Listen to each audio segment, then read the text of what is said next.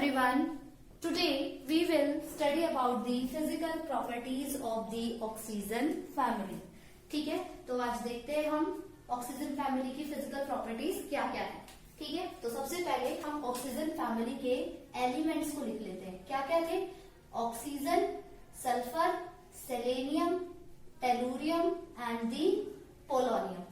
ठीक है, तो जो हम फर्स्ट फिजिकल प्रॉपर्टी पढ़ने जा रहे हैं ऑक्सीजन फैमिली की, हमारी फर्स्ट फिजिकल प्रॉपर्टी क्या है?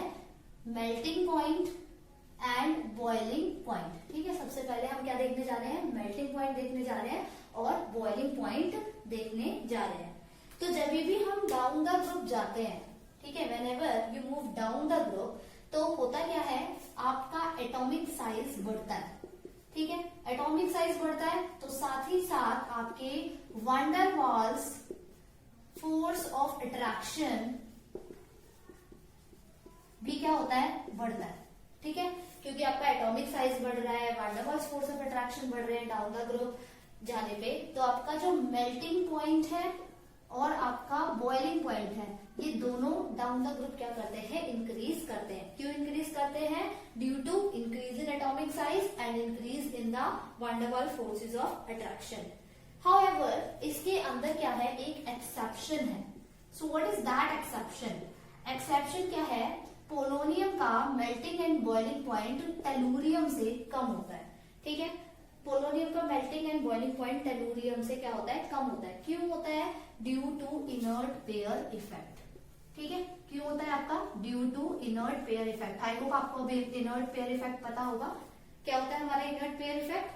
The reluctance of the s subshell electron to participate in bond formation is known as the inert pair effect. ठीक है, so due to inert pair effect, polonium is having the less melting boiling point than the tellurium.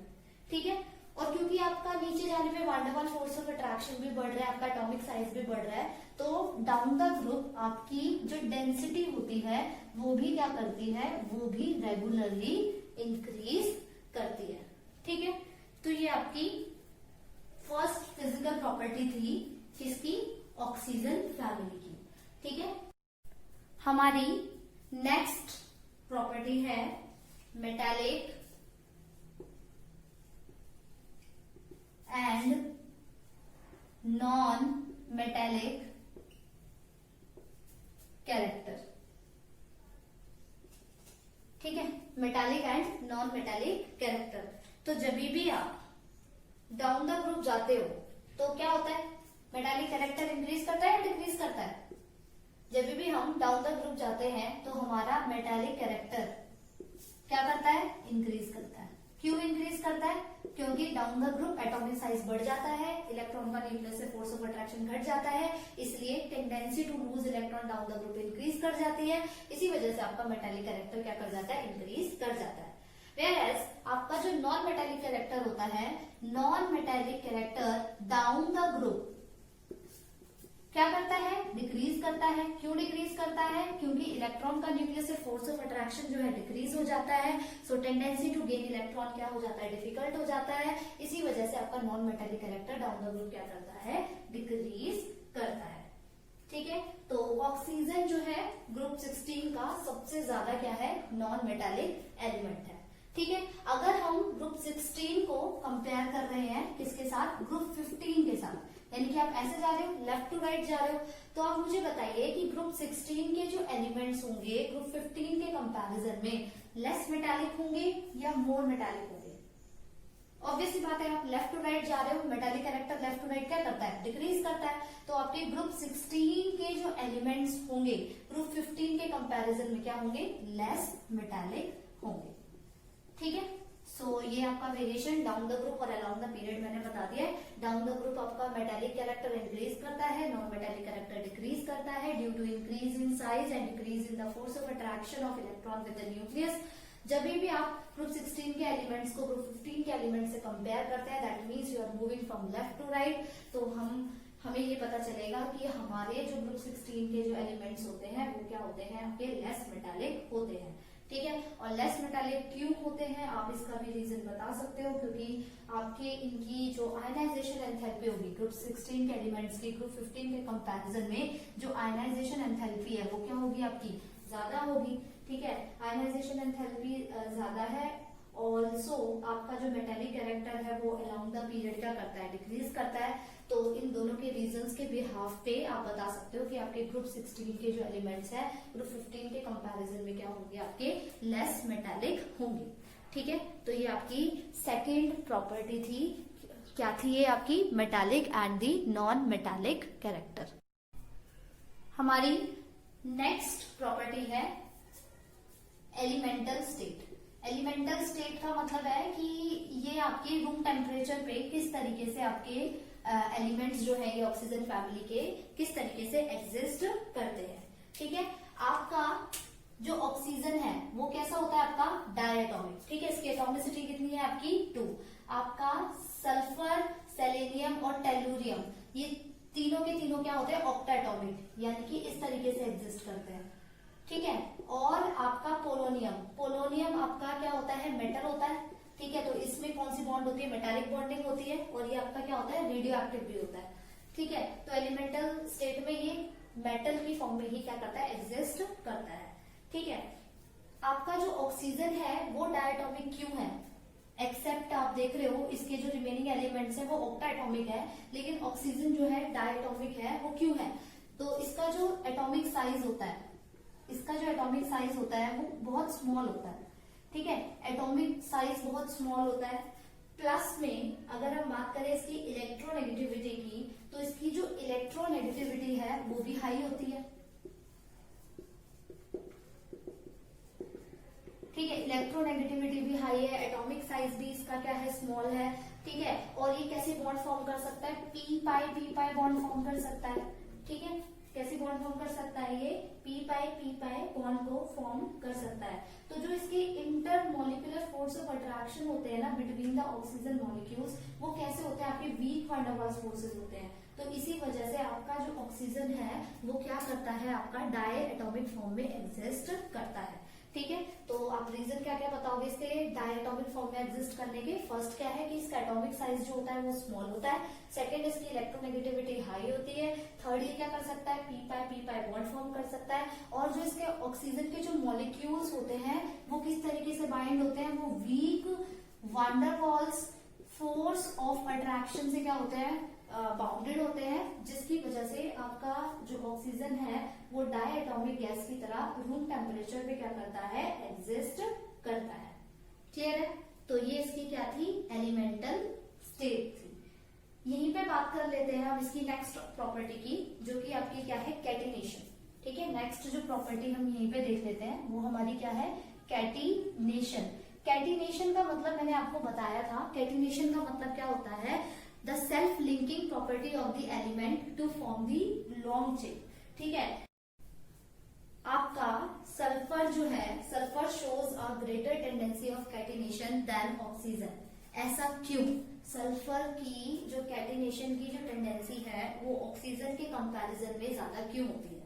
तो एक चीज मैंने आपको पहले भी बताई थी, कैटिनेशन में जो आपके जो एलिमेंट्स है ना, इनके बीच की जो ये सिंगल बॉन्ड है, इन एलिमेंट्स के बीच की जो ये सिंगल बॉन्ड है, ये आपकी जितनी ज्यादा क्या होगी, स्ट्रॉन्ग होगी, उतनी ही ज्यादा उस एलिमेंट की प्रॉपर्टी होगी टू शो दी कैटिनेशन। ठीक है, तो आपका जो ये ऑक्सीजन एलिमेंट यहाँ पे प्रेजेंट है, इसका एटॉमिक साइज क्या होता है, छोटा होता है, और इसकी इलेक्ट्रोनेगेटिविटी हाई होती है। तो इसमें होता क्या है, जो इस पे लोन पेयर ऑफ इलेक्ट्रॉन्स भी प्रेजेंट होते हैं ना, तो इनमें ये क्या करते हैं, ये रिपेल करते हैं bond pair of this oxygen oxygen bond को। ठीक है, जो ये आपके लोन पेयर ऑफ इलेक्ट्रॉन्स हैं, ये क्या करते हैं, repel the bond pairs of this oxygen oxygen bond, जिसकी वजह से आपकी जो ये ओ बॉन्ड है वो क्या हो जाती है, वीक हो जाती है। ठीक है, वेयर एज सल्फर में भी आपके loan pair of electrons present होते हैं, लेकिन जो ये लोन पेयर ऑफ इलेक्ट्रॉन्स है जो कि सल्फर में प्रेजेंट है, ये उतना ग्रेटर एक्सटेंट तक रिपेल नहीं करते इस एसएस बॉन्ड को। ठीक है। और क्योंकि उतना ग्रेटर एक्सटेंट से ये लोन पेयर ऑफ इलेक्ट्रॉन इस एसएस बॉन्ड को क्या नहीं कर रहे हैं, रिपेल नहीं कर रहे हैं, तो इसी वजह से इसकी जो बॉन्ड होती है वो क्या होती है, आपकी स्ट्रॉन्ग होती है। तो इसी वजह से आपकी जो सल्फर होता है it has a greater tendency to show catenation than the oxygen. ठीक है। सल्फर से जब आप पोलोनियम की तरफ जाओगे, जब आप सल्फर से पोलोनियम की तरफ जाओगे तो होगा क्या, सल्फर टू पोलोनियम में जब आप मूव करेंगे डाउन द ग्रुप, तो आपका जो कैटिनेशन है, कैटिनेशन की जो प्रॉपर्टी है वो क्या करेगी, आपकी डिक्रीज करेगी।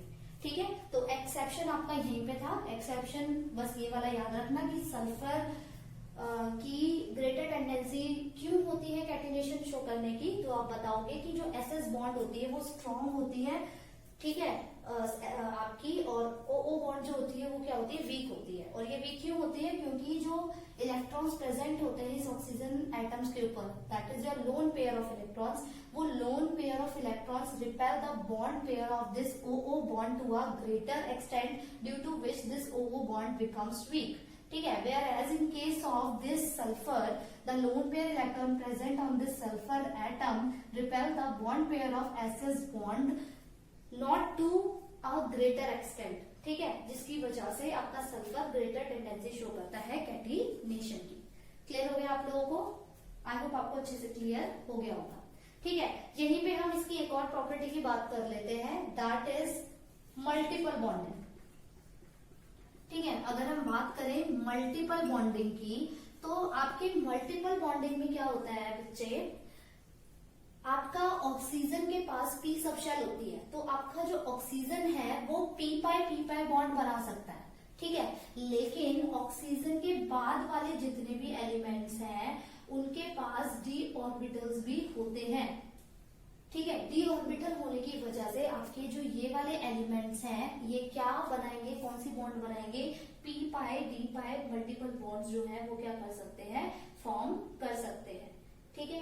तो टेंडेंसी जो होती है ये पी पाई डी पाई मल्टीपल बॉन्ड की, वो सल्फर से लेके आपके सेलेनियम तक क्या करती है, डिक्रीज करती है। ठीक है। तो ये चीज आप अच्छे से इसमें क्या करना, ध्यान रखना। तो मैंने भी आपको क्या बताया मल्टीपल बॉन्डिंग के अंदर कि ऑक्सीजन आपका पी पाई बॉन्ड बना सकता है, और आपका सल्फर सेलेनियम और टेलुरियम आपके क्या बना सकते हैं, पी पाई और डी पाई बॉन्ड बना सकते हैं। ठीक है। तो जो ये टेंडेंसी है पी पाई डी पाई मल्टीपल बॉन्ड फॉर्मेशन की, वो जब आप सल्फर से कहा जाओगे, सेलेनियम की तरफ जाओगे, तो सल्फर से जब आप सेलेनियम के पास मूव करोगे तो पी पाई डी पाई जो बॉन्ड फॉर्म होने की जो टेंडेंसी है वो क्या हो जाती है, आपकी डिक्रीज हो जाती है। ठीक है। डिक्रीज होने का रीजन आप एक ही बता सकते हो कि डाउन द ग्रुप आपका एटॉमिक साइज बढ़ जाता है, इस वजह से भी। ठीक है। तो ये हमने यहाँ पे 5 प्रॉपर्टीज जो है कवर कर ली है अभी, फिजिकल प्रॉपर्टीज। हमारी नेक्स्ट फिजिकल प्रॉपर्टी है एलोट्रॉपी। ठीक है। एलोट्रॉपी क्या होती है, the various physical forms in which an element can exist is known as the allotropes. है ना, एक हमने पढ़ा हुआ है, जैसे कार्बन की आपकी 3 एलोट्रॉप्स थी, बकमिस्टर्स, फुलरिंग, डायमंड एंड ग्रेफाइट। फोस्फरस के बारे में भी मैंने आपको बताया था, रेड, व्हाइट और ब्लैक फोस्फरस के फॉर्म में आपका फोस्फरस एग्जिस्ट करता है। तो सिमिलरली आपके ऑक्सीजन फैमिली के जो एलिमेंट्स हैं, ऑक्सीजन फैमिली के आपके सारे एलिमेंट्स जो हैं एलोट्रॉपी को क्या करते हैं, शो करते हैं। ठीक है। आपका जो ऑक्सीजन होता है वो डाइऑक्सीजन और ओजोन की फॉर्म में मिलता है। ठीक है। आपका जो सल्फर है उसकी सेवरल एलोट्रॉपिक फॉर्म्स होती हैं, सेलेनियम की 8 एलोट्रॉपिक फॉर्म्स होती है, टेलुरियम की 1 क्रिस्टलाइन फॉर्म होती है, पोलोनियम की एक अल्फा फॉर्म होती है जो कि क्यूबिक इन नेचर होती है, और बीटा फॉर्म होती है जो कि रोम्बोहेड्रल होती है। ठीक है। तो ये सारी क्या थी, आपकी एलोट्रॉप्स थी ऑक्सीजन फैमिली के एलिमेंट की। ठीक है। So today we have covered all the physical properties. कौन कौन सी फिजिकल प्रॉपर्टीज आज हमने देखी है, melting point and boiling point, metallic character and non metallic character, elemental state, catenation, multiple bonding and the allotropy. ठीक है। सो आई होप आपको ये अच्छे से क्लियर हो गया होगा। ठीक है। Thank you class.